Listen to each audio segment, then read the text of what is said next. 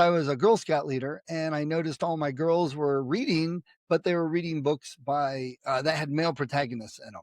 And I was like, these girls need books of their own, books with women, girls doing things. And so I said, I'm going to write one. And of course, I didn't. I drug my feet, and it took multiple years before I finally sat down to actually write. I don't care if every single kid doesn't earn a merit badge, if nobody ever makes Eagle, but if these kids grow up to be good adults, then we've accomplished our mission. I saw an ad for PlayStation. They were hiring for beginning developers. And the base pay was $94,000, no college degree needed. So what would you tell parents? Yeah, spend your time and evenings running around to football games and baseball games and buying all the gear, or buy this software package and your kid can learn how to make video games.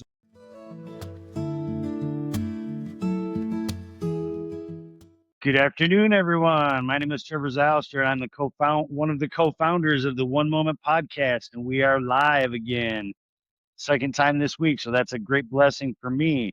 I'm here with my friend Kevin from North Carolina and my other good friend, our esteemed guest, Steven Schneider, and he is from Ohio. This is kind of a disclaimer in the sense that if there's anything we discuss that bothers you, or there's for some reason some type of a negative trigger to your personal self, we highly recommend every time that we have an episode, it may trigger an episode in you. And so we'd like you to please call pound 988, pound 911 if it's that heavy of an emergency. But if we trigger you, it is not our intention to do any harm to you or anyone else. We just openly discuss topics that pretty much the vast amount of society, whether you're on the north, south, east side, west side of the planet, you are, it may trigger you, and we don't want to do anything negatively towards you. So, once again, I'm Trevor Zylstra. I'm a former correctional officer in the state of Colorado and in the state of New Mexico. And I'm not a clinician, but I've dealt with individuals in their most serious mentally dysfunctional times. So that's what helps me to adapt in the technical ability to be able to discuss things that most people won't talk about. Kevin, you want to go ahead and go from here and introduce yourself and give a Well, background? everybody knows me, brother. I'm your boy Kevo or K Dog, KO, whatever you want to call me, doesn't matter. I've been called much worse years ago. I think I've retired some of those names by now. But one thing I will say is, as always, in almost every episode, well, not every episode, that would be a lie. But I've got my moments where I will say this. If we can get somebody who knows any makers of Propel or any of the admin folks, like, we are looking for a Propel sponsor. Every episode that we do, I show up with a Propel water, okay?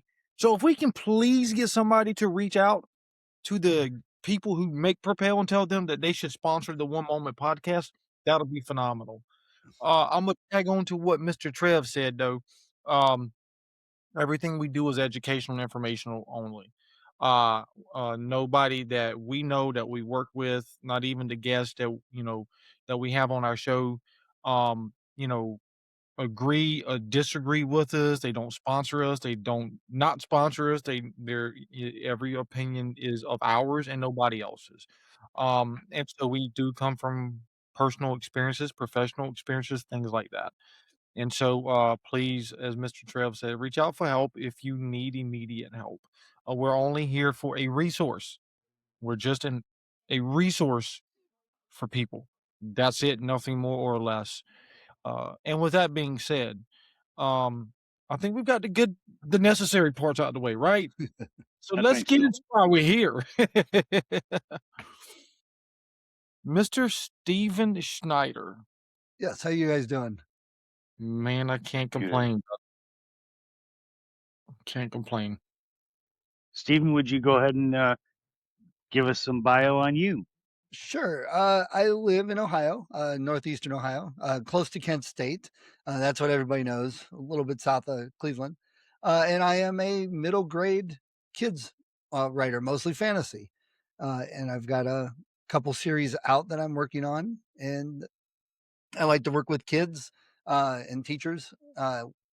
So that's kind of what I do.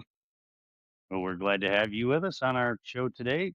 Thank you. Um, how do you think would be a good way to start out talking about your history? Like how did you get started in either the artistry part or the writing part? Whichever part. I don't know your involvement in that all the way. So Writing. I had the idea to write long ago, way too long ago, because I was a Girl Scout leader and I noticed all my girls were reading, but they were reading books by that had male protagonists in them. And I was like, these girls need books of their own, books with women, girls doing things. And so I said, I'm going to write one. And of course I didn't. I drug my feet, and it took multiple years before I finally sat down to actually write. But that was kind of what got me thinking about it. It just took me a while to actually implement that aspect of it. And then when I started, like a lot of people, I had no clue. And I was originally trying to write, I was trying to write a book for the girls, and then that was horrible. And then I wasn't sure what to write, and I was trying to write a book that I guess would have been a adult thriller, but it was not a good adult thriller at all. And I had some author friends kind of say, why are you trying to do that? You're a kids writer. I mean, you do stuff with kids. Your stories sound like kids' stories. Be a kids writer. And that was what it took. And that was where it clicked and everything kind of took off from there. So there's lesson number one for other authors. Don't try and force yourself to write something you're not really invested in, something you're not good at. No, that's it. you're absolutely right. You just literally spoke about a personal experience that I had. And so Okay. here's my experience, right? And I love that you said don't force yourself to write something that you're not interested in. I was working on a PhD and I wanted to do a qualitative study and I had it all planned out, figured out, like I already had the kind of outline of it, right? And it was going to be a phenomenological research study. And I got with all my chair and everything, and they literally said, "Well, Kev, since you're studying more of a counseling type of topic, you should do uh, a quantitative study, right? And look at all these stats and numbers and stuff like that." And I ended up taking all but dissertation, also known as a ABD, on it. I never wanted to do a quantitative study. I wanted to focus on the qualitative study. And even one of my last tutors that I've talked to one of the last tutors I had, and I've talked to several people since then. And they asked the same question: Why did you write and do something that you didn't want to do, that you didn't feel confident or comfortable in? And I'm like, because somebody else told me to do that. Somebody Right. else encouraged me to do that, and so I proceeded to do that. And Or I'm you think that's what you should do. Right, because somebody else is putting that idea here, and it's not Right. your idea, it's not your desires, it's not your goals or your dreams. So that's why I love what you shared. Sorry about that, Trevor. I know you were about to ask him a question, but he literally sparked an idea in me from my own experience that I had 2 years ago. That's quite all right. You started a good topic. Because I have to be honest, there have been many times where I thought, you know, you should write a book. And I'm pretty linguistically advanced. Um, I don't do very well with the structure of everything with conversation, even whether it's written or spoken, but I can adapt to it and keep going through it. So the cool thing is that we actually get to speak with somebody who's dealing with the kids aspect of it. And that's really important because from my perspective, I think the things that we discuss with our children and young people is to give them the tools to help them get further down the road when, you know, things progress to the time where they get to be leaders. So, Right. with that idea, do you think that the writings that you're doing is really advantageous to young people to help them progress in their lives? Yeah, absolutely, in a couple ways. Two ways that I could think of off the top of my head that I work with a lot. The first is the escape from the world through fiction.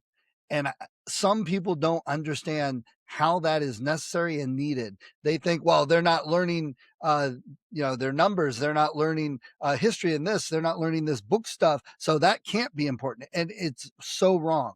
I had the same issue as a Boy Scout.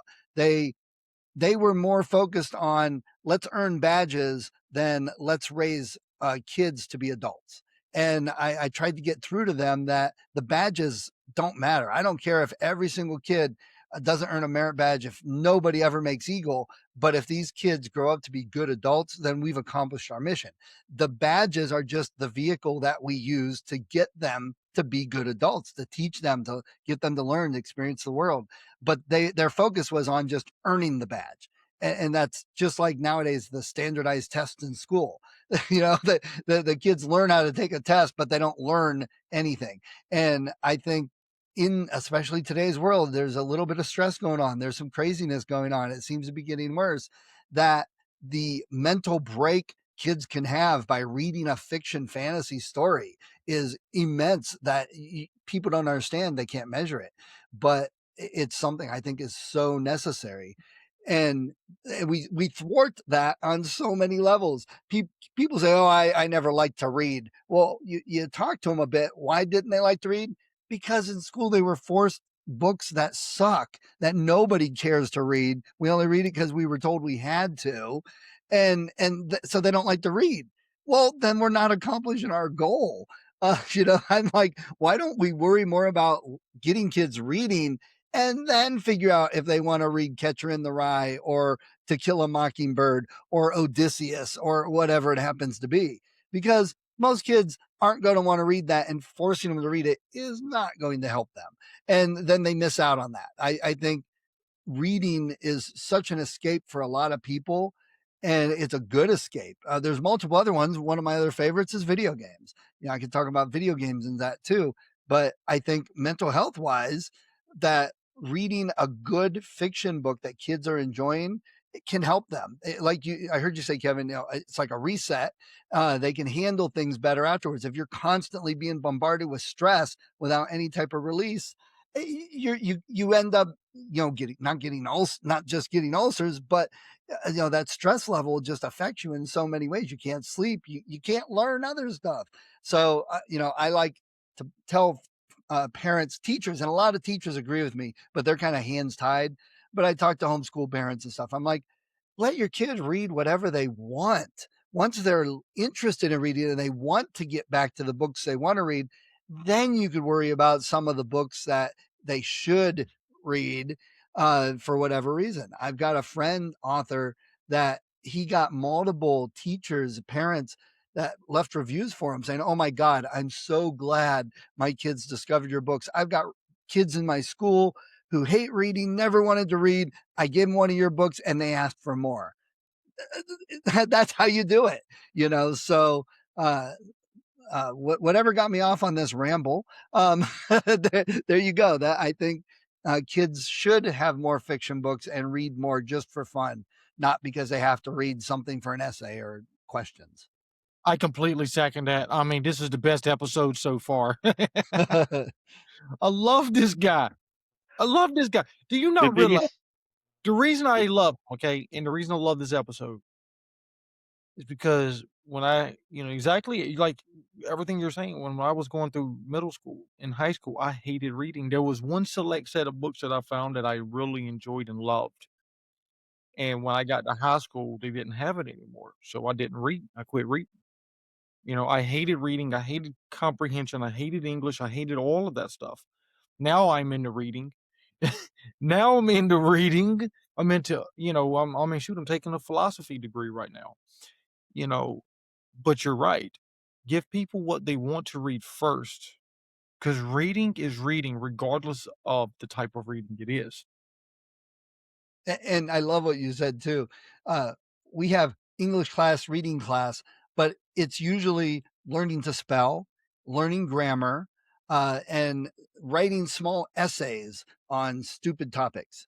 Um, it's not actually reading or learning how to read or enjoying reading, which I don't understand. I've talked to a couple of teachers. I think, and I'd love to push this through the education system. I think we shouldn't even worry about spelling and grammar until they're like in 5th grade. Just get them reading and get them telling stories. Not necessarily writing. They can read into their phones or recorders and transcribe it. But honestly, let's be serious. How many of the kids nowadays have to worry about spelling? What time in their life are they not getting something that checks all their spelling immediately? So it's almost a non issue anymore. And grammar, same thing. But I learned as a writer that I was taking classes, courses. I went to conferences. I read books on writing, and I was trying to get all this knowledge so I could write the perfect book. And my book was so horrible. It was 30, or it was like 50% read, and I ripped half of it out the first book. It was horrible. But what really mattered was I had to write a book and get writing under my belt and some short stories for all the learning to make sense. So it doesn't make sense to me to teach kids how to spell, teach kids grammar, and then teach them how to tell a story and read. We should just worry about the stories and reading first, because then the grammar and the spelling and all that will come way easier than having to push it on them for 8 years, 9 years, or whatever it is. Yeah, I can totally like relate to that. And it correlates to my personal experience because even though I did actually like the learning part of it, when I got to be about 4th, 5th grade, they're starting talking about topics that were requiring me to use my imagination. And even up till today, I didn't really develop it in such a way that I can just imagine this or that happening because I've seen it happen from other people and using their works as resources. But I can cognitively be aware of the fact that allowing young people to use their imagination and developing that so that they can be motivated enough to do the practical work like the English and the grammar and literature and spelling, all the history that helps them progress into their own unique way of understanding. So I I can't like explain well enough how your work, how important it really is, but it's pretty much speaking for itself in the sense that you're helping other young people, especially kids, use their minds in their own unique way. And And that that, oh, it's I'm a sorry. it's that's sorry, I was just going to say it's a type of freedom to be able to use your mind the way that you want to. 100%. And that's actually something else I try and work on. I'm trying to build this up. I've got articles and things I put up on my website and my YouTube page and stuff. I call them imagination inspiration. I know, not super original, but it gets the point across. And the idea is to, we give writing prompts to kids, but this is writing prompts, but it's visual pictures, and then encouraging kids to write stories. In the back of all my books, I have some writing prompts based on the story they just read. And these imagination inspiration clips I do are some visualization prompts for kids to tell stories. And I tell parents, I talk to them, they're like, oh, well, they don't know how to write yet. I'm like, so what? Don't they babble and tell you a story? And we don't encourage that enough with kids. I mean, I remember growing up in Scouts, sitting around the campfire. We would sit for hours telling stories. And we don't do that in today's world. We have too many screens. We put kids in front of screens to babysit them. Parents don't want to be bothered to listen to their rambling stories, but that's what kids kind of need. And that fueling that imagination is where we get our math and science. I mean, that's been shown to be linked in many studies through many years, that the creative arts are linked to better science and better math. And yet everyone wants to complain that, oh my God, our science and math scores are dropping so low compared to other countries. Okay, well, then what we're doing doesn't work. Maybe you should try something else. But we need to we need to teach harder, because that always works, is forcing kids to learn harder and learn more. Yeah, Seriously. like a prescription a doctor would write for you. They have Exactly. no idea what it's going to do to you, and they can write it off, and I, it's made out of whatever, and you I, just got to deal with it. They can write it, but you just got to deal with it. And so, yeah, I knew some parents at one point that me and my wife were young, just about to have kids, and they had a 9-month-old, and they're like, "Oh, we just don't know what we're going to do." I'm like, "Why? What's wrong?" They're like, "Oh, we took him to the doctor to get him prescribed on Ritalin because we just can't stand it." And I look over at the kid. I'm like, "Why? What's wrong with him?" They're like, "Well, look at him. Can't you see that? How could you put up with that?" It was a baby still crawling around and grabbing things to put in its mouth. And that was so crazy. They had to get this 9-month-old on Ritalin. That's our problem with, I'm like, he seems very fine to me. yeah, I mean, that's insane. it is. Yes. Well, Go ahead, Kev. oh no. So I was just thinking that, on what you're saying though. I remember before I left to go on medical leave and for the recent situation in San Antonio, I was running a group and somebody had, the individual must have been 18, maybe 19. I mean, couldn't have been no older than that. They were talking about how, they couldn't stand the anxiety and the depression, things like that, and how they've done thousands of medications, nothing ever worked. And I said, that's the problem with the younger generation. I said, because we want a pill for every damn ill. You know, we've gotten to a point in society, and I love what you're sharing, right? I love what you've gotten to a point, I think, in society where I don't wanna feel, I don't wanna think, I don't wanna act, I don't wanna do, I don't wanna say, I don't wanna blah, blah, blah, blah, add to that list infinitum, and I think by getting away from those things, right, by not reading, by not doing the things that we were meant to do, early on in our development, I think that is taken away from our self-awareness, our self-understanding, our ability to even understand our emotions, including other people's emotions, the ability to, the old adage of what, your generation taught me, Mr. Steven and Trev, y'all's generation, what y'all taught me growing up was read the room. What does your, audience say? What is the body language telling you as far as like what you're doing and saying and whatever you're teaching about, what have you. So we've gotten away from those things. And I think, I love what you're sharing because I think it's the essence of getting back to right and incorporating those the some of the original principles. And that's the one thing that really came to my mind as you said that, there's a pill for every damn meal.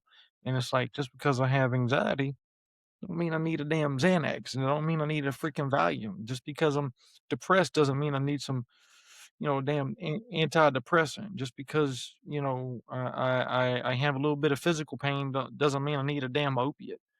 And I think it's, I absolutely agree with you. Uh, And I think a lot of that, you mentioned like anxiety and stuff, and we're seeing more and more cases of that in kids. And they're like, I don't know what's going on. It's a worldwide, epidemic. But look at what we have with our kids. You see all the memes online where they're going, Gen X, really? You guys were outside all day long and you ran Yes, around and oh my we God. were. And these kids are like, no, you're lying to us because all they've ever known is sitting in the house. The only time they go outside, they get scared to be out there and they got to go back in. But well, there's nothing to do out here because I don't have my screen to sit and look at and I don't have something to push entertainment on me. So I don't. I don't have anything like that is entertaining me. You know, that's where reading comes in. That's where going outside and playing comes in. You build those skills and muscles, and we don't have that as much with the kids. I'm going to slight jump on that. So one area, and this gets astounding to most parents and kids, is video games we've got.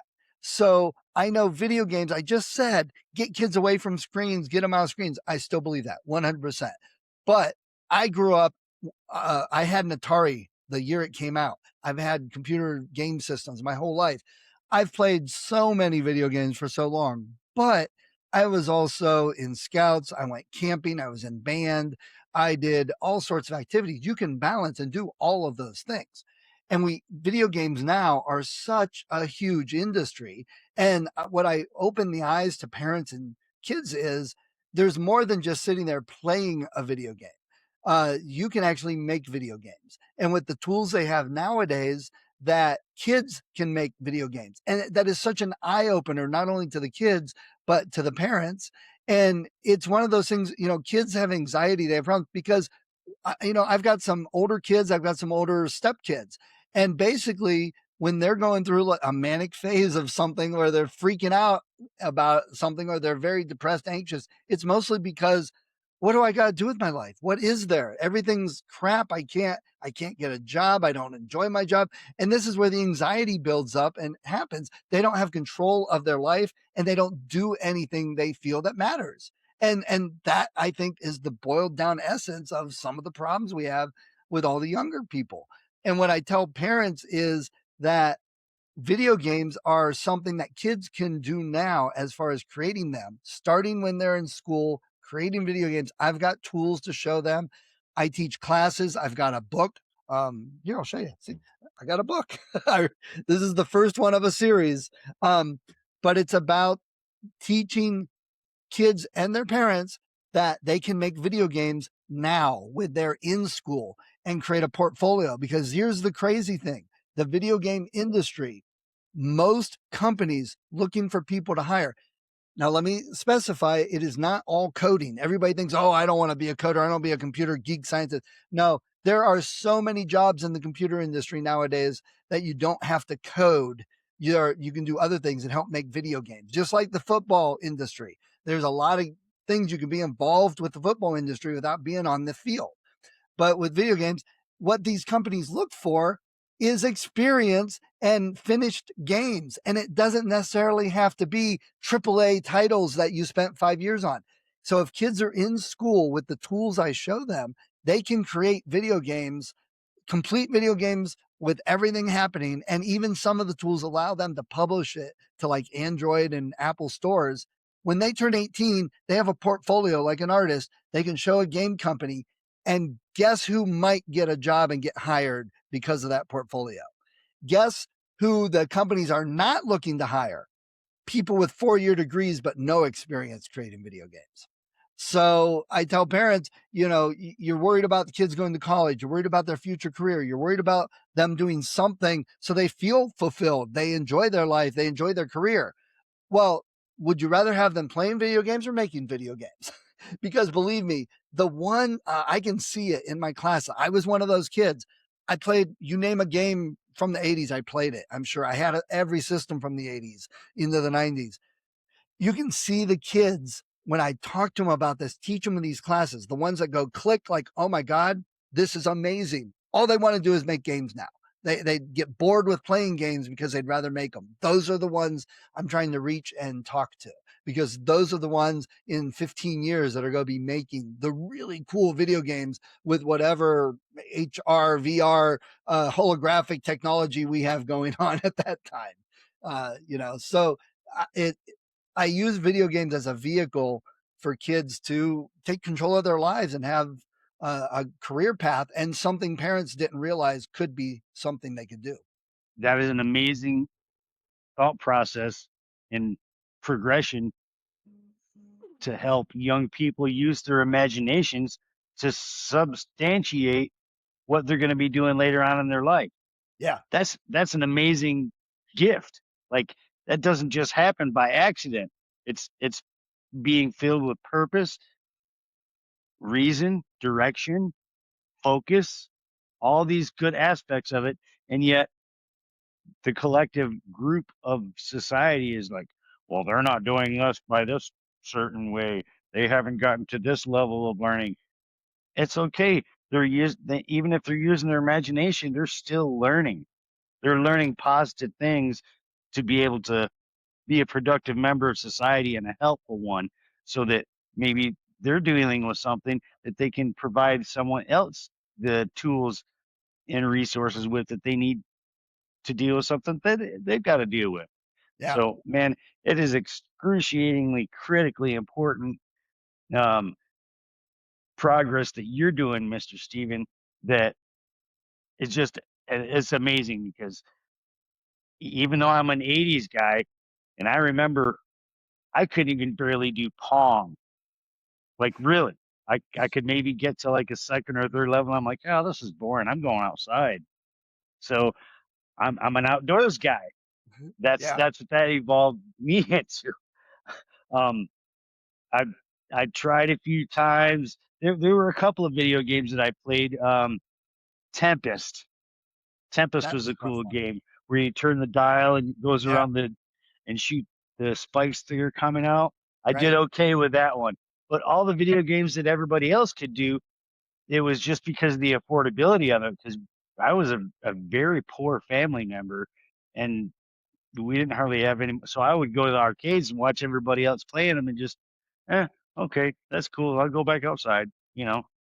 So Well, so Kev, that's kind of sometimes why I bust your chops a little bit about, man, you're a grown man playing video games. Come on, get outside. Well, now listen. In my defense, okay, I grew up in the tech era. Okay, when tech really took the boom in the late '90s, early 2000s. So I posted a picture on Facebook earlier, on my personal Facebook, of all my Apple equipment right there on the couch, and I got a big Apple iMac, a Apple laptop, another Apple laptop, another Apple laptop, a Apple iPad, like everything Apple, including, you know what? yeah. The big telephone. Everything is Apple, right? And so I also grew up in the world's best video game era, Sony PlayStation. And so for me, I don't know how to build and create video games.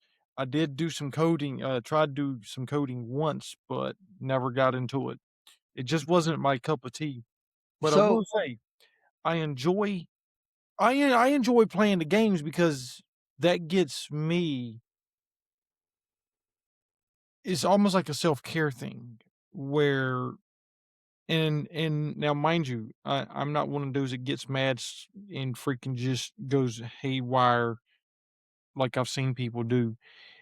I mean, I play video games because it's different than doing the podcast. It's different than doing my job. Like it takes me like it's kind of like a self-care relaxation type of thing. I love playing the game, but I also know that if I'm not careful, I can get zoned out and I won't get nothing done. right. So, So here I got a couple things for you guys. Let me ask you a question.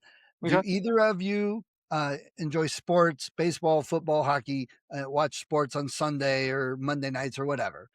I I kind of do. I mean, I never became very advanced in my abilities to do them, but I did the basic But, thing. You know, but most of the. do you watch pro football, pro baseball, anything like Oh that? yeah, yeah. I mean, I'll watch it, but I never became active in it. You know. Yeah. Okay. Okay. So let me ask you this, Trevor. Why in our society is it more acceptable for adult men mostly to sit on a couch and watch football all day long, but that same man playing Assassin's Creed for an hour gets denigrated or laughed at? Why is the football thing better? Because to me, football seems much sillier than playing video games. Right. And maybe I can connect with that because I watched football, but I never played it. I never got on the team. I wasn't Right. I wasn't uh, conditioned to Right. just be Right. acceptable that my efforts were good enough. So I'm like, I'm not good enough at that. So why the hell bother with it? You know? Right. But in our society, we are very accepting that, oh, my husband and his friends are watching football. They have the sports package and they're going to sit on the couch from 10 a.m. to 8 p.m. And they spent the whole day Sunday just watching football, eating nachos. That's like the Nope. laughing meme. But Right. anyone that says, well, yeah, last night I finished up whatever video game. We'll use Assassin's Creed. Hey, I played Assassin's Creed. Oh my God, you play video games? Well, wait a minute. Why is that bad? But sitting on the couch watching somebody do something, play, run around chasing that funny ball. Why is that okay? I think it's just a perception in our society, and I think it's changing a bit. I think more of the younger generation. I've seen a couple reports that the 20-ish year old kids are more into playing video games than they are watching pro sports. And I know pro sports has taken a bit of a nosedive, not huge nosedive, but it's not climbed as greatly as it used to until Taylor Swift went to a damn football game, and then every woman in the world wanted to watch football all of a sudden. But that's Yeah. I wasn't even aware of that because I don't watch that much. I only watch one team, but okay.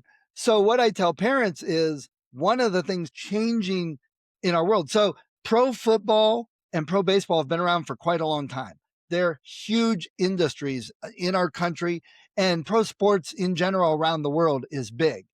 Well, parents say, well, I'm not going to mess with video games. I want my kid to play baseball and football and be sports oriented because they're going to be famous on the field and make lots of money and support me in my later age. How little often does that actually happen? If a kid starts playing football and pee-wee football, that the percentage of those kids that make it into high school ball is in the single digits. The percentage of those kids that play college ball is even less. And the percentage of the college kids that go into pro, it's like, so the kids that start at pee-wee, it's like a 0.00013% of those get on to professional football. So how much time and effort are parents spending to get their kids to play these games that doesn't go anywhere for them?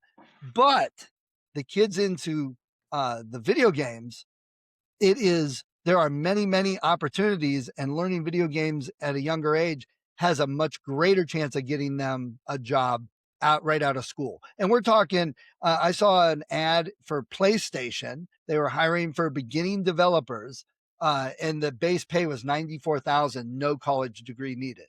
what? Yes. I've And never made that kind of money, and I've been working for 45 years. yep. So what would you tell parents? Yeah, spend your time and evenings running around to football games and baseball games and buying all the gear, or buy this software package and your kid can learn how to make video games, which seems like a more viable, logical career choice when they're in fourth grade. That's all I'm saying with that. Make your own decision. But as far as making the video games goes, Kevin, you mentioned, I program. There are so many tools now that you don't have to see a line of code ever. It's more about the design of the game. And that's what I use for the kids. So that book I showed you, I teach classes with a system called Bloxels. And I've had kids as young as third grade come to the class, and within 10 minutes, they're sitting there playing a video game that they created. Done. Running around, jumping, chasing enemies, everything. The system is designed for young kids. It handles the framework, it handles the mechanics and the rules. And I should have had one. It's got a board and you put colored blocks on it, kind of Minecraft like. And then the app takes a picture of it and translates those blocks into enemies or platforms or power ups. And it just makes the game like that. And that's what I use to show kids, hey, you can make video games in 10 minutes. And the funny thing is, I get plenty of parents sitting at the class that grab a board and start putting on blocks and wanting to do it. And I'm like, this is designed for kids, but parents get into it because of the ease of use of getting into it. And then I introduce them to the other tools. Obviously, that system is not going to build you a world-class game that you're going to release on Xbox. There are other tools, but it's what gets them hooked, what gets them into it. Just like we talked about with reading. Once they're hooked into it, then you show them the tools that are like, oh my God, what am I looking at? But you still don't necessarily need to learn code. You can be a level designer, you can be an artist. And what I work on a lot is narrative design. It's only been in like the last 15 years that they actually had a title for the guy on the video game team that wrote the story, wrote the things that people say. And now there's whole departments that do just the story parts of video games, the lines that characters say and stuff. So you can be a writer and make video games. So that, Kevin, there you go, Kevin. That's what I always tell people. Don't think of it like, oh my God, I could never do that.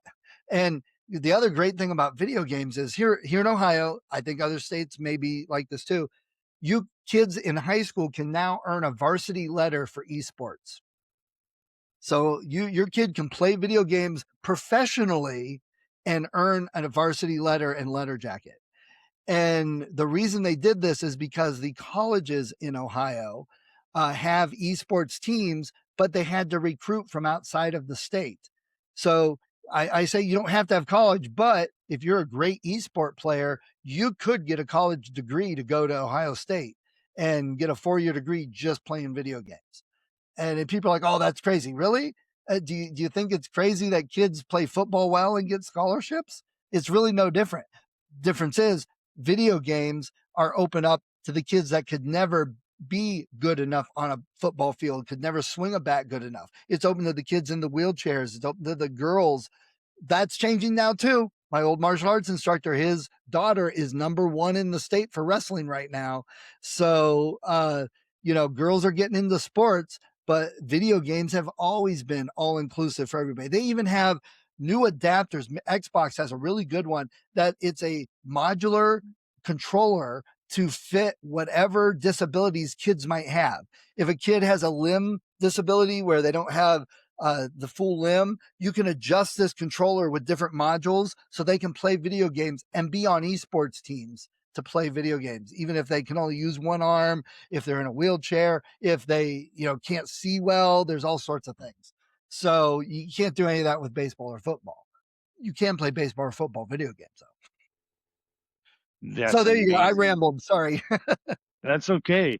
I I like to establish the establishment of allowing these kids to use their imaginations and be Yeah. open to what's going on inside their heads, and giving them the tools that they can use to develop something all on their own, Yeah. unique to them, and they can proceed down the road and move forward and upward in the progression of their careers before they're even out of high school. That's Yeah. that's we didn't have that kind of opportunity. It Right. was all for me it was all get your ass to work, join the union and all these other things. And I didn't have those opportunities because I don't come from a family that has money.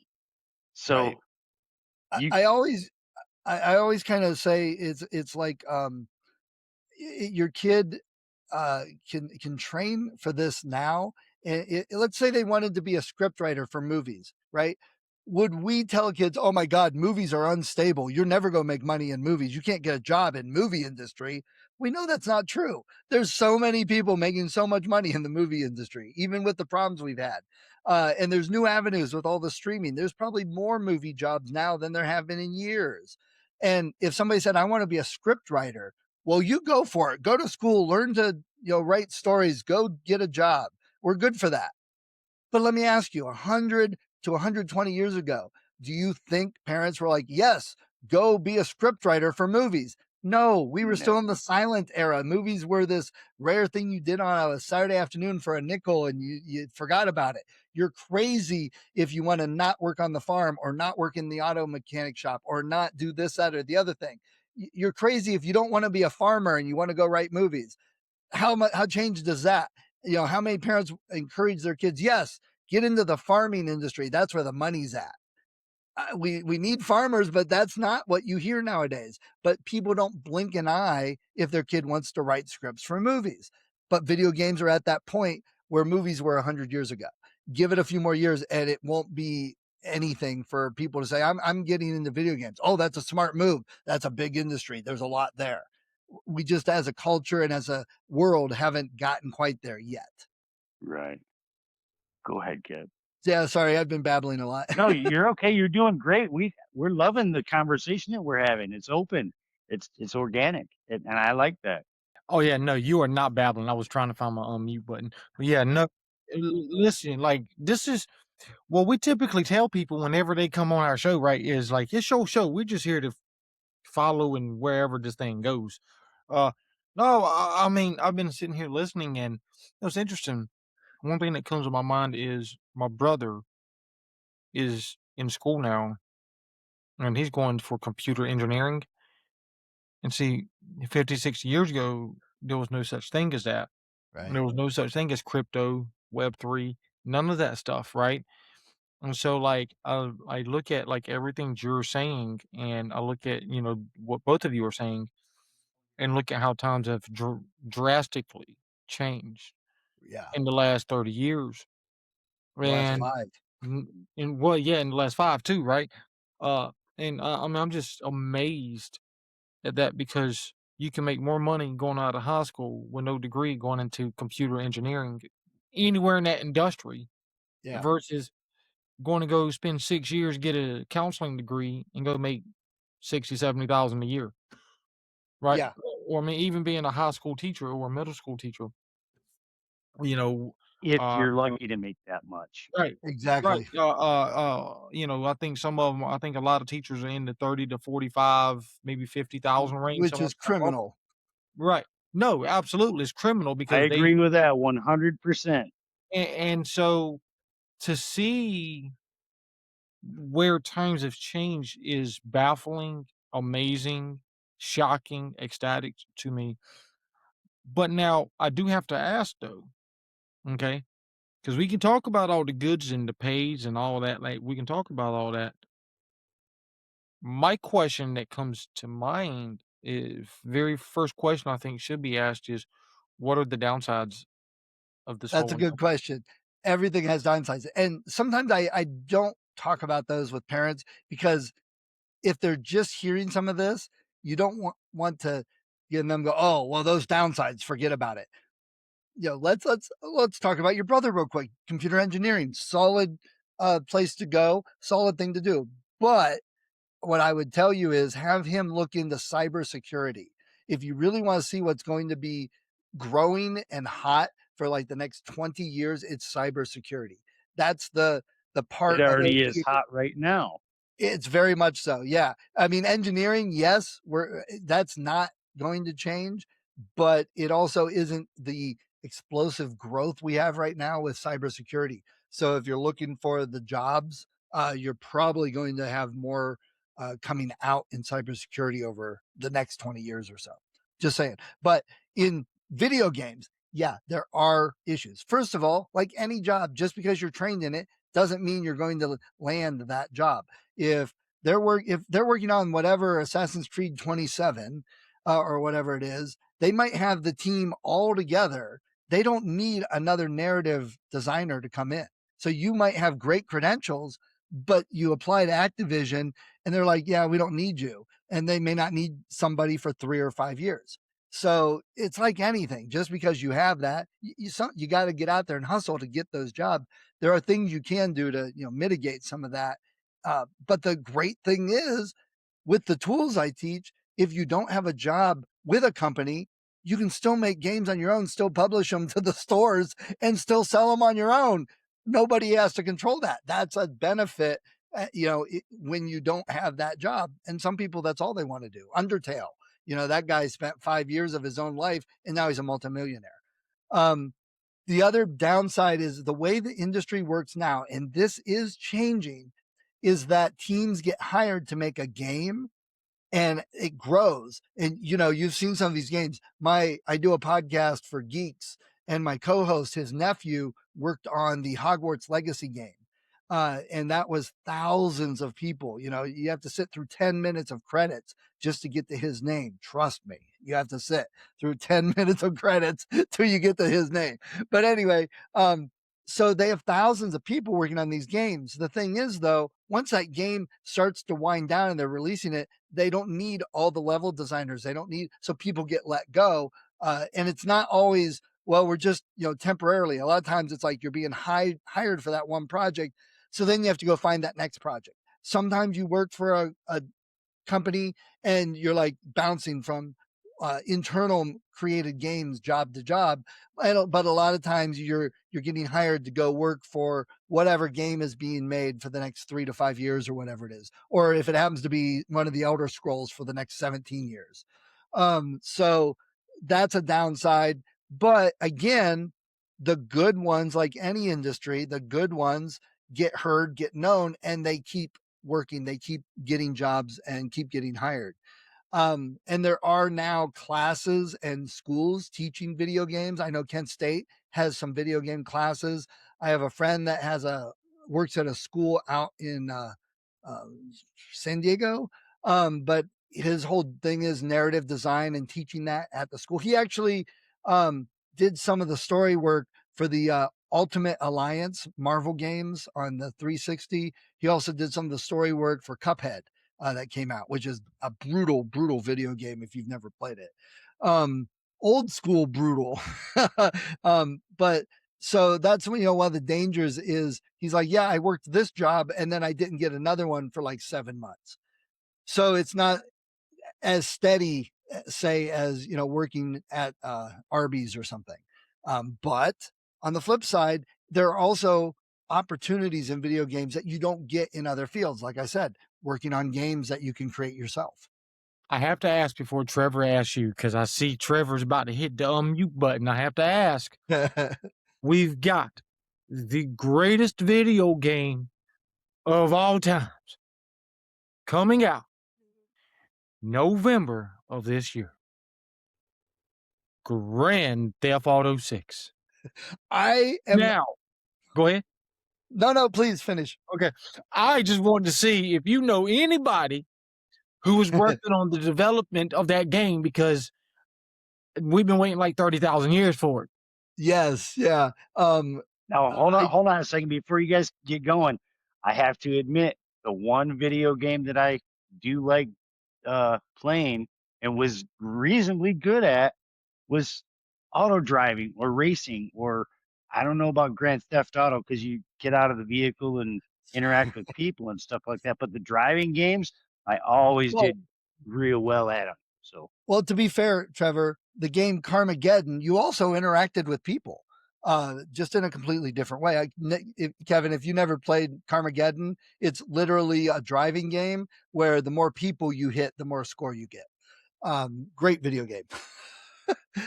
GTA, I have not talked to my buddy. Actually, I know a couple people in the industry. I haven't talked to them in a while. I don't think any of them are involved with Rockstar. Um, uh, that would be great. I didn't even know my buddy's friend was involved with Hogwarts. He didn't know until the game came out and they were talking at Christmas. And he's like, what? So that would be cool though. And I will say, Trevor, if you've never played GTA, I know I didn't play them for the longest time because I'm like, oh, I was that person. Oh, this is teaching bad habits. This is that. This is the other thing. They are a lot of fun and they have really good story. And it's like anything else. Just because you're playing a game where you're a thief and you're beating on people and shooting people and stealing stuff doesn't mean it's a fantasy. Doesn't mean you're doing that in real life. I'm a musician. I play music, but I know a lot of people that became musicians by playing rock band. And I know a lot of people say, oh, just learn a real instrument. Well, then by that argument, just go be a real race car driver or put on a helmet and go be a real pro football player. It's fantasy. That's what the video games are. Anyway, Kevin, I will actually ask around with a couple friends to see if I do know anybody in that industry with GTA. And, maybe I can even get a preview build of it or something. That would be awesome. That would be so freaking awesome. I will Yeah. keep it off of social media. Okay. Completely off of social media. I want a backdoor type of, scene, or I mean, just It, just anything I can do on if the back. nothing else, if I know anyone or find anyone I know or some contact, maybe you can get them on the podcast, if nothing else, Oh before yeah, the game no, comes out. hey, listen, Yeah. absolutely. That's yeah, freaking that's cool. coming on for sure. Now, with that being said, okay, no, we're not hanging up. This is not an end of thing here. Okay, I just want to make sure that the public understands. Yes, we are a mental health podcast. Okay, we're mental health, et cetera, related podcast. We're having a great time. We're talking about video games. We're talking about a lot of different things. This is a resource for people. Okay, this is a resource, and then we're going to continue the convo on wherever it goes. But this is you have video game addiction hotlines. Okay, you have online. Really? I Yeah. Okay, hold on. You have Online Gamers Anonymous. It is a 12-step program. You have the mental health hotline, 866-903-3787.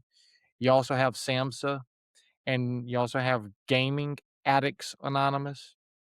You also have, of course, Veterans Crisis Line. So if you are needing any resource, you can use those resources.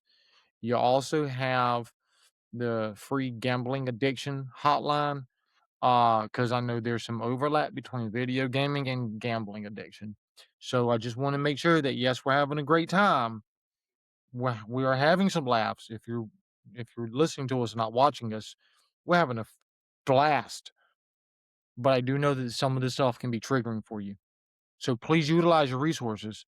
And a lot of people are into the gaming industry and the video and the computer tech like this young man is, and that's okay. Like this is his job. It's part of his job. It's part of his job to write books and be all of the stuff that he's being.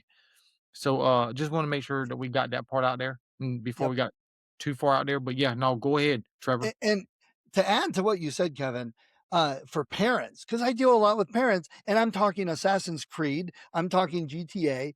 I'm not saying let your 10 or 12-year-olds play those games. They're not designed for 10 or 12-year-olds. Parents should be involved with what games their kids are playing. Don't just buy the latest game and hand it off to them. I know when I was in Scouts, I had some parents getting upset about something. And I'm like, are you serious? This is what we're like wasting our time getting upset about. And they got mad at me for saying wasting our time. I said, hold on. Your kids just the other night were talking about the online playing they were doing with Call of Duty. Well, yeah. Folks, you're upset about this, whatever it was, I don't remember, but you say it's okay for them to get online and shoot other people and be on a channel with adults cussing and swearing. Stop a minute. And they're like, well, blah, blah, blah. I'm like, yeah. In other words, you're not really involved with your kids. You gave them the video game and just let it go. And now this is what you want to focus on. But you got to balance. If you're going to be upset with something here, be upset here too. So parents, be involved with your kids, know what games they're playing, maybe check out the games and get them age appropriate games. They shouldn't be playing Call of Duty or GTA at 10.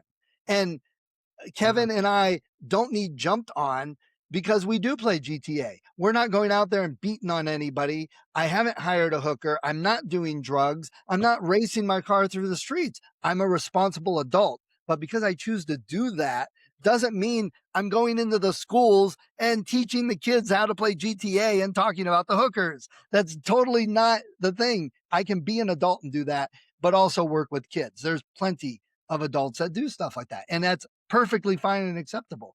If you have kids, get a Nintendo. Don't get the iPads for the games. Don't get the PlayStation and Xbox. Get a Nintendo. You can't get a game on Nintendo that's offensive for kids. They're all designed for kids and families.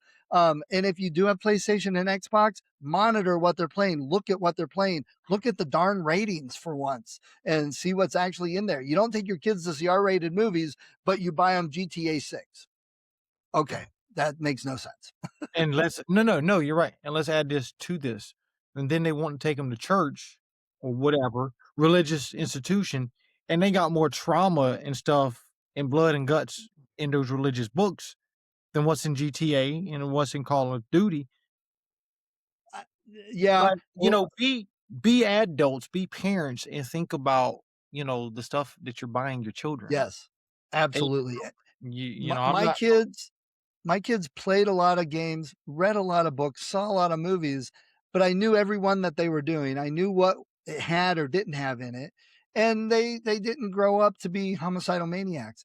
Yes, being fed a steady litany of that from video games, I understand how that can change a kid's viewpoint and mind. So don't let them play 20 hours of video games. I had a friend that was talking to me saying, I need some help with Zach. I'm like, oh, what's going on? Well, they got D's in school.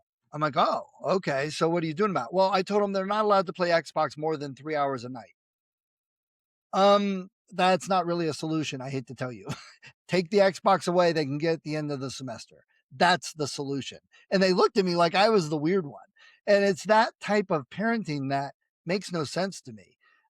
Video games are fun. I love video games and everybody should be allowed to play them. But if they're getting just video games, their viewpoint warps, and it's not a fix to just hand them YouTube and then let them go to their room for the next 6 hours looking at whatever they want on YouTube. That's not the solution either.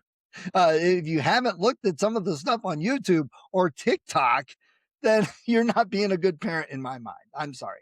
And anyone that wants to jump down my throat saying, well, that's kids' privacy. They should be allowed to make their own choices. Yeah, but not without my, being able to monitor it and know what they're doing, because that's my job as a parent.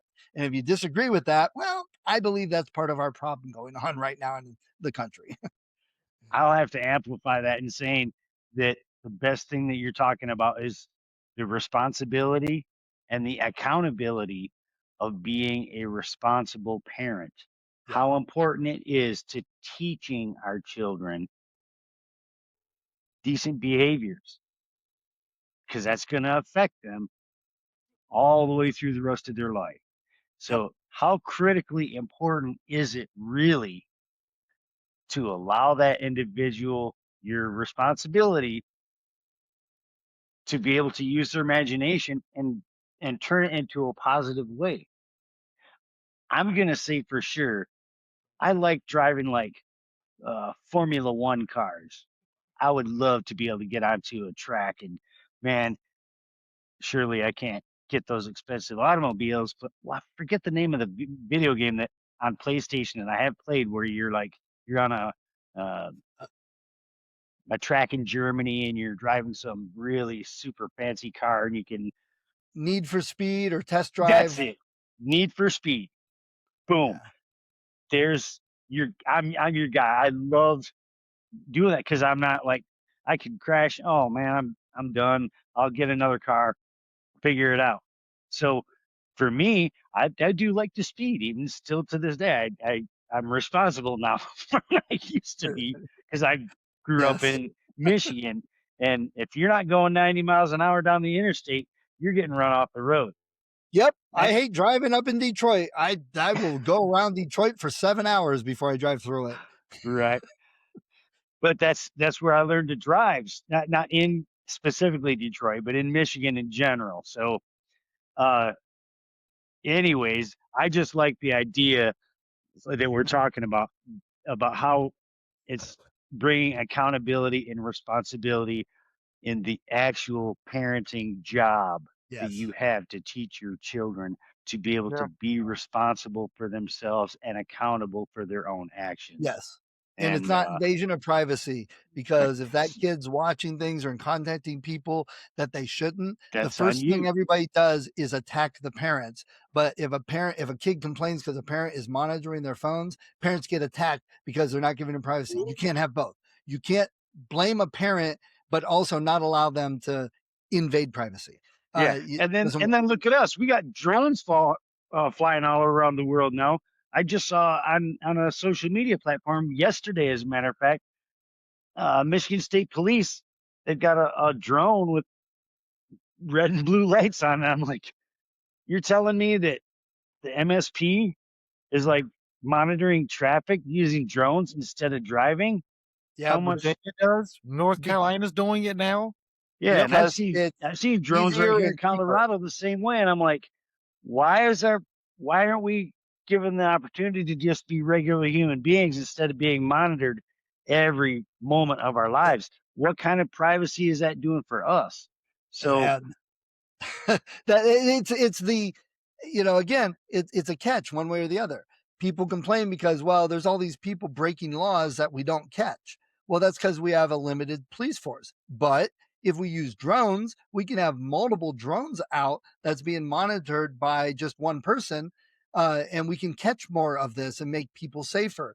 But then people are like, well, now I don't have privacy because you're monitoring everywhere and it's drones. And it's typical science that it's not evil or good, it's how it's used. So you can still have multiple drones yeah, that are not impinging on people's privacy. But if they're saying my privacy because I'm walking out of Walmart with my shopping cart and that drone was spying on me, stop, folks. You're in public. You're not trying to hide. Everybody sees you anyway. So stop right. with this. Oh my God, it's impinging on my privacy because it looked at me while I was going across the Walmart shop And parking lot. and let That's me not the issue, folks. right. And let me just second this, okay? Your privacy is behind your closed doors at your house, not when Right, you're out there in freaking public. When right. you're driving down the interstate or a highway or a road or whatever, that's not privacy. Now, Right. what you do in your car is privacy, of course, but what you do with your car, such as, i.e., 105 and a 65, Never that done that. Nope. There's nope, no videos of anything like that. right. So, no, and so listen, we're talking about a lot of good stuff, and we're laughing because we're talking about racing and all of that stuff. Folks, if you're watching or listening to us, please, please, please obey traffic laws. Obey, obey, obey all the law. time. Remember parental rights. Remember privacy rights. Remember all of those things. If you're parents and you're listening to us, you're worried about what your kids are watching and doing on the video games, do your research, do your diligence, have open conversations with people. Just like we're doing. We're having a good time. We're laughing about Grand Theft Auto. We're laughing about, Need for Speed, Gran Turismo. We're having a phenomenal time up here. But just because we're laughing about it, there are people out there that's doing 150 in a 60, Yeah. right? And There's that's people So not out there good that's doing for anybody's buying safety. prostitutes and stuff like that. There's people out there that's stealing, doing vehicular robberies and stuff like that, like Grand Theft Auto. We're not saying that we approve of any of that. No, right. we do not Agreed. condone any of that kind of stuff or behavior at And, all and at any and time.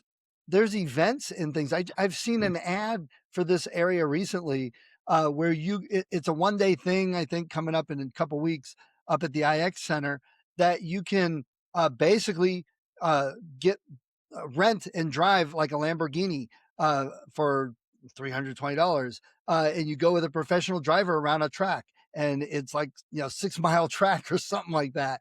And Wow. the one I liked was actually the cheapest. It was a Hellcat. And I'm like, are you serious? For $80, I can drive a Hellcat around I might go do this. But there you go. I can go to these things and race cars. I've done it. I did an autocross track in a BMW with a professional driver. One of the coolest experiences ever, because the BMWs are designed to handle, keep things smooth. And these were jacked down a little bit. So they were lower a little bit, and the center of gravity was changed. And we went through S curves, and we had 180 turns and stuff. And the driver is over there. He's like, do what I tell you and you will have the best experience. I'm like, okay. And I'm coming up to a 180. He's like, why are you slowing down? Give it gas.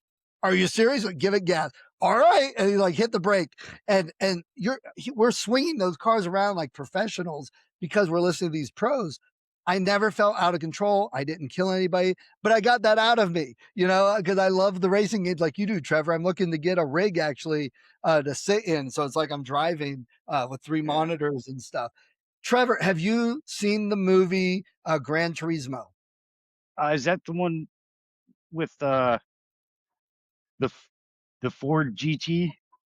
It's um Or the most recent Gran Turismo? Yes, with the young driver. yes, Yes, sir. that's I have, and I love okay. that movie. I And absolutely love that movie. basically a true story. He was a video game player that raced GT Yeah. Gran Turismo on PlayStation. They had a contest, and he became a real race driver, and he still races today. He still drives real cars on the track because of his training in video games. Better yet, you know who the stunt driver was for the movie? The Hmm? real kid that the movie was based on. I'll be danged. So if you haven't seen it, Kevin, you should go see it. It's a video game movie on real events. It's a race I'm movie. Yeah. gonna have to Have you check Fantastic. that seen? out. I'm gonna You have to haven't say that seen it yet, I used to Kevin? play. I used to play Gran Turismo, so I'm sitting here listening to what you're saying, and I'm like, I know. dude, I need I seen your eyes get this big when they're talking about. He's brother. talking about Listen, the he Hellcat was and talking the. about the Hellcats and the Lambos and all that. Yeah, I'm like, God Almighty, can I I go saw right? this Can part I just too. go right now? Right. Because my heart was fluttering a little bit. It's like, oh You my got to God, see I'm in Gran love. Turismo. I I think am it's on so in love. Prime. If you've got Prime, Kevin, you should watch it Yeah, this no, I weekend. do. I do. It's fun. I want to see it. Like I'm also going to be doing some research to figure out where I can go rent a Hellcat and a Lambo and drive that Joker around and do that. Like I want to do that because, like, listen, this is a self-disclosure here. I bought a Subaru WRX because of the Need for Speed and the Fast and the Furious and all that. So So, so You're an O'Connell fan, huh? Yeah.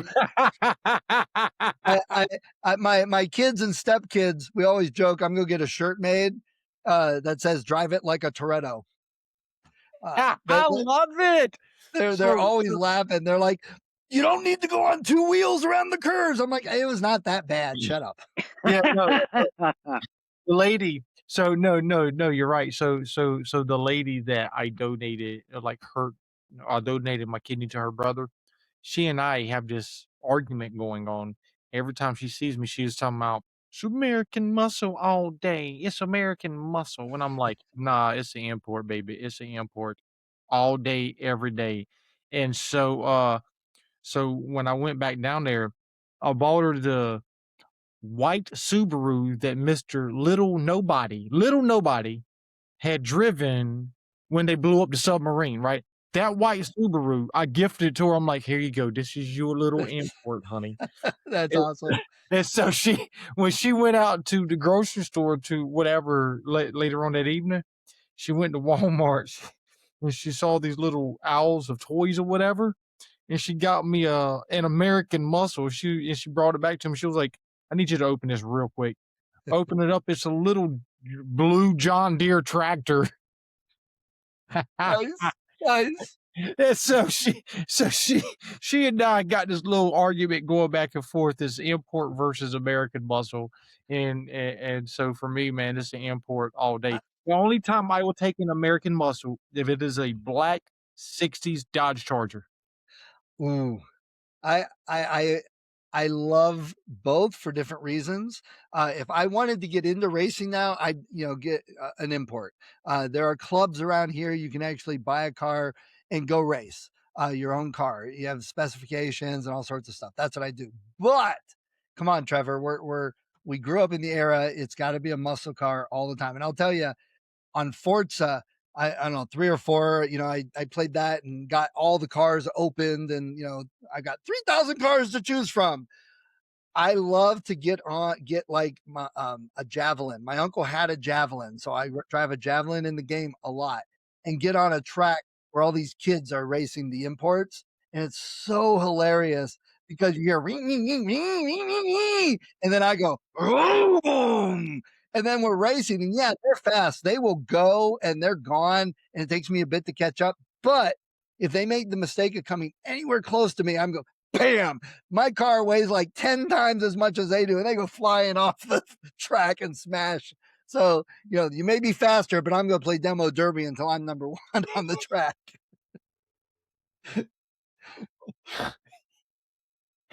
Oh, oh god. Oh lordy. Okay, so before I know we're running long, we're babbling. Let me say real quick, Mickey will get on me if I don't mention the actual books that I've been coming out with. We've been chatting about so many things. So just a couple months ago, I came out with book 2 of my fantasy series. This is Transgression of Magic. If you guys don't have covers and all that, I'll send you all that if you want. But this is book 2 of my fantasy series. It's a coming of age series. A boy in his world wants to have magic, but everybody does, but him. And it's a big journey. The second book here is more about family issues and him dealing with his father that's set up in book 1. So that's the fantasy series. But the one I'm super excited about and just absolutely love is the Oddish Quester's Bigfoot case.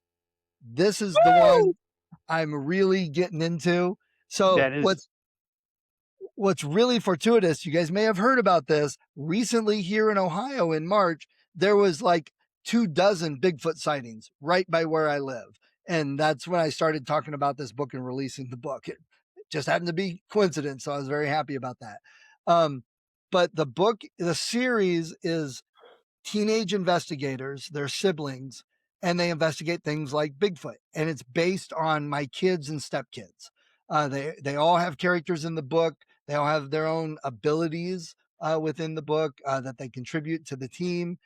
It's a great book. I kind of tell people if you enjoy Bigfoot, it's as if Lemony Snicket wrote a book about an investigative team. That's how I describe it to people. And the series, I'm working on several other books in the series. I've got a Choose Your Own Adventure. I've got a Princess Bride style book that I'm almost done with coming out. I had a friend, author friend, that his first book was middle grade, and it was called The Monroeville Monster, Monroeville, PA. He made it up. It's like a Bigfoot hunt thing these kids go on. But he realized he was the opposite of me. He's not a kids writer. He started writing dystopian fiction, zombies and werewolves and vampires. And so he took this book off the market. So I bought the license to the book from him, and I'm giving it the Princess Bride treatment with my characters, writing, a beginning and end, and things, little notes and stuff in the middle of the book. But it's basically his book, but it's as if my characters discovered it and they're talking about it and stuff as you read through it. So that's coming out pretty soon. I'm working on it. So that series I'm super excited about. The Bigfoot case. It's a fun book.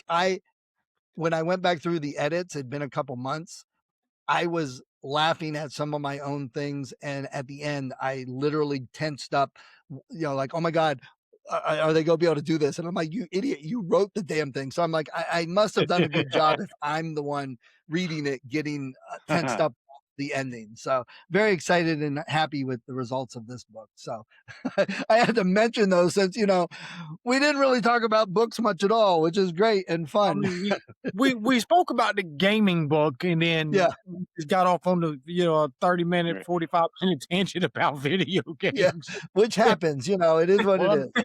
I'm glad, Stephen, that you brought that up, because out here in Colorado, guess what is a big, big thing? Bigfoot. Yep. And that was what the next question I was going to talk to you about before you started, was that how does Bigfoot fit into all this? Because So the amount of uh, connectivity to the state here in Colorado it has, how does that impact the younger folks? so I will say, other than I think Washington, Ohio's like number 2 in Bigfoot sightings. So we are Okay. huge. I didn't know that. And I've always been involved with it.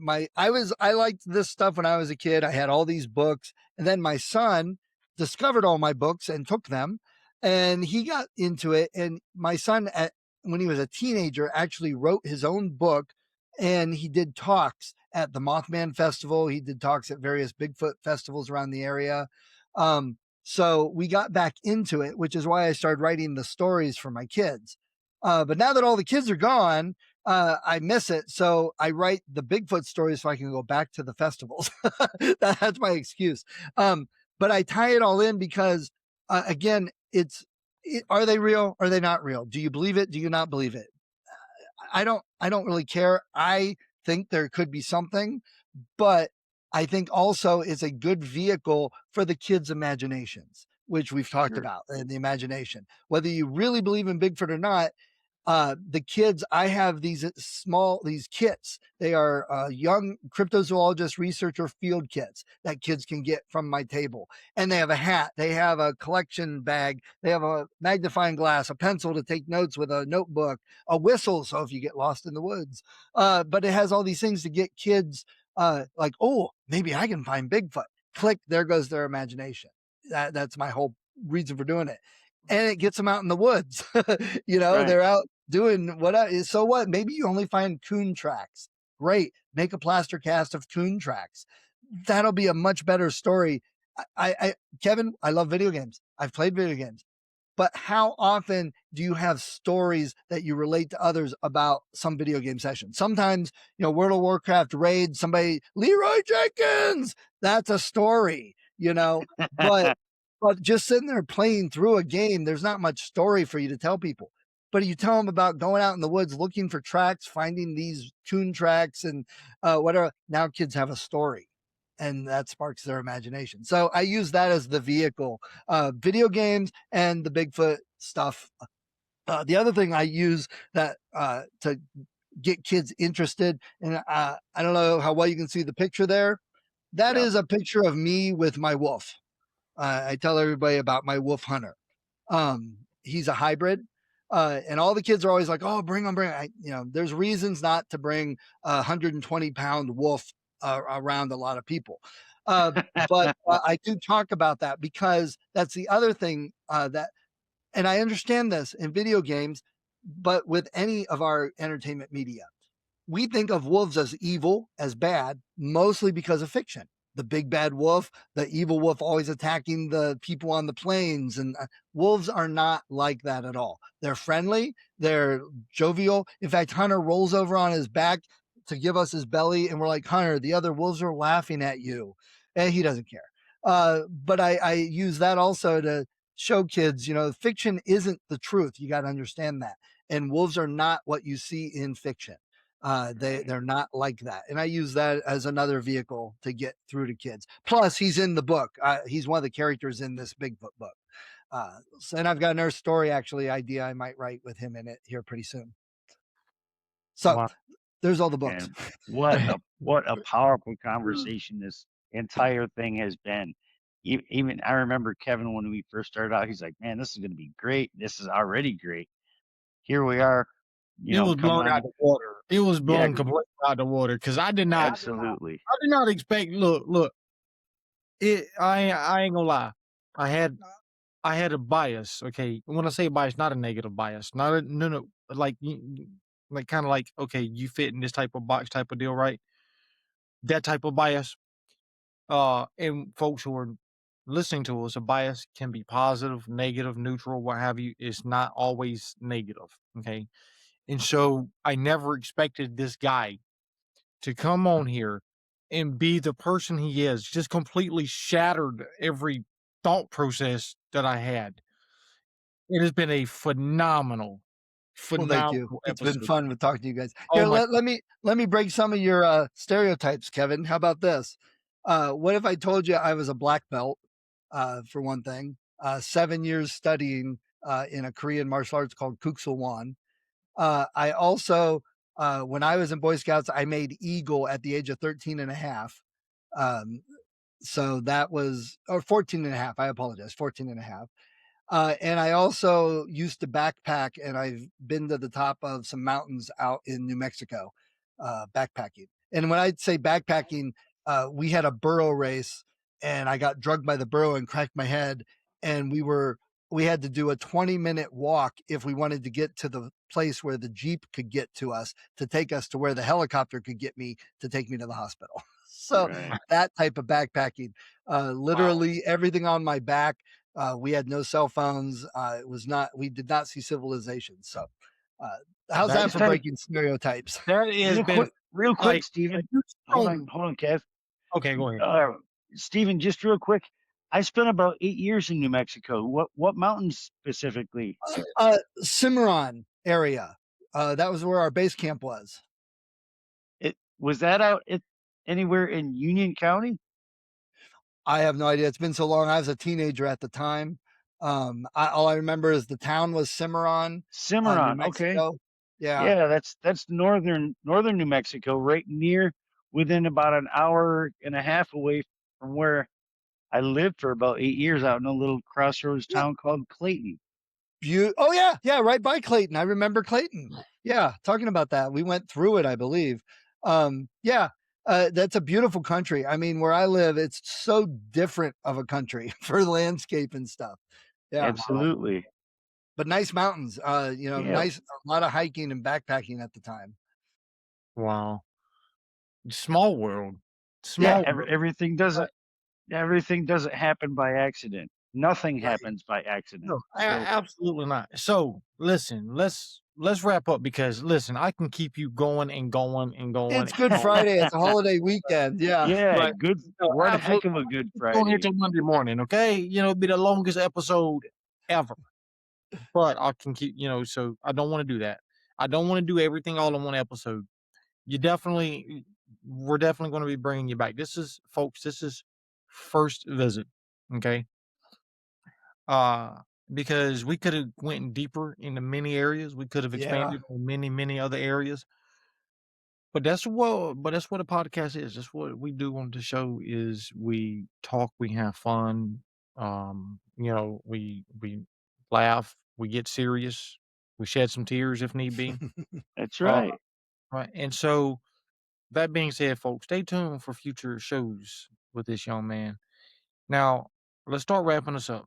I got a few questions for you. And people want to hire you as a mentor, get you to go on their show as a speaker, or maybe even do some public speaking for you. Maybe purchase some of your books. Where can they find your books? How can they contact you? Things like that. So everything's on my website. It has links to everywhere, all the books, all the social media. It's SA Schneider. So SA Schneider, SCHNEIDER.com. I know it's not the easiest, and everyone argued against that. And I'm like, I'll live with it. It fits. So that's where everything's at, all the links to social media. But if you're looking for me on Facebook or YouTube or Instagram, it's SAS Author. You can find me there. All right. If there's one thing, somebody's watching this or listening to it, if there's one thing you want them to take away, what is that? What I've told other people, I have the plan to fix every single problem we have in our country, but it's a 20-year plan. Here's what the plan is. We pay our teachers what we have been paying our politicians, and pay our politicians what we've been paying our teachers. I guarantee whatever 20 years of generation of Outstanding. kids that graduate, that will fix all the problems we have. That I guarantee that's what it would do. That's the message. That's why I do what I do. Working with kids. It's funny. I think a large part of that came from the TV show MacGyver, the old one in the 80s. I was watching a few episodes recently, going back, one of those comfort things, watching old shows. Um, and I was watching, I'm like, yeah, a lot of my thinking came from that character. And I met Richard Dean Anderson, and he is way more like Jack from Stargate than he is MacGyver, even though he created and influenced that character as he acted on it. But he's much more like Jack from Stargate in real life. But that was the thing. I see a lot. I watched a couple episodes. I'm like, yeah, this is where I got the working with the kids, helping the kids. That's the future. That's what really matters in a lot of this. And some of the ways to work with them, uh, throwing them in I oh here okay thump I'm gonna brag. Uh, I had a podcast for a while for new authors, and one of the authors I got to talk to was Armin Shimmerman, who played Quark on DS9 and Principal Snyder on Buffy. So I got to Oh, talk to him. wow. Yeah. But the even better part was it was right during COVID. So we got done with the podcast, which was great. And he goes, do you have a couple moments? I'm like, yeah, sure. What's up? He's like, I've had COVID. I've been stuck in the hotel. I'm bored out of my mind. Would you want to just sit and talk for a while? Oh my God, are you kidding me? So for an hour and a half, I just chatted with Arvin Shimmerman like we were just sitting at the kitchen table. Great moment in my life. But one of the things he does is he teaches a class in California. It's on Shakespeare rhetoric to teach kids how to read Shakespeare to enjoy it. And he does a thing he does acting. He does a lot of acting on stage. And they do a thing where they go into schools, they go into juvenile detention centers, they go into troubled schools and show them the acting and get kids interested. And that clicked with me because that's the MacGyver thing to do. And I told him what I'd love to do with my video game classes is get into a school that has troubled kids, that's a low income school where the kids look and say, where am I going with my life? What's it matter? I'll join a gang. I'll take drugs because life sucks. I'd love to go into one of those schools, show these kids they can do video games. They don't need to be rich. They don't need to be in a different school, that they can do video games right there. They can go to the library and use a computer to make video games and have a career waiting for them. I'd love to do that and inspire some kids to pull themselves out of that situation. And later in life, have some kids come up to me and say, you know what, you changed my life. You got me to see things different. And now I create video games for a living and I make people happy with it.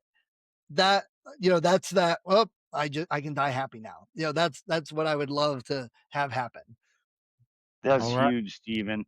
Yeah. And that brings us to the poignant moment of this entire episode, and that is n- out of every episode at the tail end, we always ask our honored guests, and we are very humbly privileged to have had you specifically with us today. and all the moments that we shared. Man, what an awesome episode this has been. Well, thank you. It's been fun. In the aspect of that, one thing we always ask our guests at the end of the episode, if there was a call to action for you to advise anyone that wanted to try to forward progress, move forward in this aspect of their life personally, what would their call to action be from you? Both writing and video games can be done pretty simply, pretty easily by anybody. And if you do either one of them, don't try and write the novel that's going to change the world and be the great American novel, and don't try and make some big AAA video game by yourself. Write a short story, make a little video game that's like Space Invaders, something simple, and accomplish that. Because a lot of our problem, I think, in our country, mental health wise, if we circle back to that, is people feel their lives mean nothing. I get up, I go to work for somebody else. I'm told what to do. It doesn't matter how well I do my job. I just keep doing it. And I go home and life sucks. And I think that's the cycle people are stuck in. So you get people that write stories. I talk to authors all the time that have written stories. They're like, oh my gosh, I just love it. It gives me something to do. It relaxes me and blah, blah. I don't care if anyone buys it. I'm just having so much fun doing it. And now they have a purpose in their life. So, that's what everybody needs, is that purpose. And for me, I use the vehicles of writing and video games to show kids and adults that you can have a purpose, you can do something worthwhile and enjoy it and be very creative doing it. So go out and don't get a book to write. Just go write. That's what you need to do. Whether it's on your computer, your phone, or a yellow tablet, just do that. And I can't tell you how grateful we have been to have you with us here today in the One Moment Podcast. And Kevin, I thank you for, us keeping back and forth multiple times. We've had to change things around. So I appreciate that we got on and we're able to do this. So thank you guys. Absolutely, man. I have really, really enjoyed it. And I'm gonna tell you, like I always tell my folks from Mickey, you don't have to go back through Mickey to schedule an appointment unless you want to. Totally up to you. You just let me know when you want to come back on. Well, And our typically, agreement with Mickey, though, is if he gets us the deal, we go through him for any of those same deals. So I will follow up with him to get back on with you guys. Cause like I no, I mean, said, but it's totally no, that's totally your prerogative. So most of the time, his folks just reach out to me, and when I schedule you, I always CC him on it anyways. okay, So good, good. he is aware of like what that. So yeah, Mickey and is absolutely cool with that. So if you want to Yep, go back through him, that's fine with me. But totally up to you. I always tell my folks, it's your call. got it. Okay. And I'd love to come back on. I've got more books coming, and there's so many things we could talk about with video games, mental health issues, and even fantasy and reading and kids. I mean, there's all of that. So much. our All most right. important resource that we have to maintain the quality of as our kids and our grandkids Yeah. Amen on that and one. their And, descendants. and That's where our jobs are really. yeah. Uh, My right. son helped run a video or a comic book store for a couple years. And now he's a librarian and he absolutely loves it. And his favorite thing is helping the kids get library books and get library cards and find books. He called me like the second day on the job. He says, Father, you got to listen to this. I had a 5-year-old come in today, won a video or won a library card. I helped him get the library card. And then he came running back up later to show me the first book he got. He said, and it was Batman. And he's like, it's like, it made his day. So he was so happy. So Nice. I said, oh, good, Colin. I told him, I'm so glad you're enjoying this and you're so pleased by it. So and then I had to joke with him. I said, so it seems that I beat you sufficiently growing up. So all's good. And he's like, yeah, whatever. Well, folks, y'all have heard it best from the one and only Mr. Stephen Schneider. With that being said, folks, again, use your resources. Check us out. We're across the board on social media, all platforms. So is Mr. Steven. If you follow him, follow us. And if you follow us, follow him. Um, thank you Again, Mr. Stephen, I do appreciate it. I am humbled by your experience, your knowledge, and we look forward to having you back on. Thank you guys. It's been fun. Absolutely.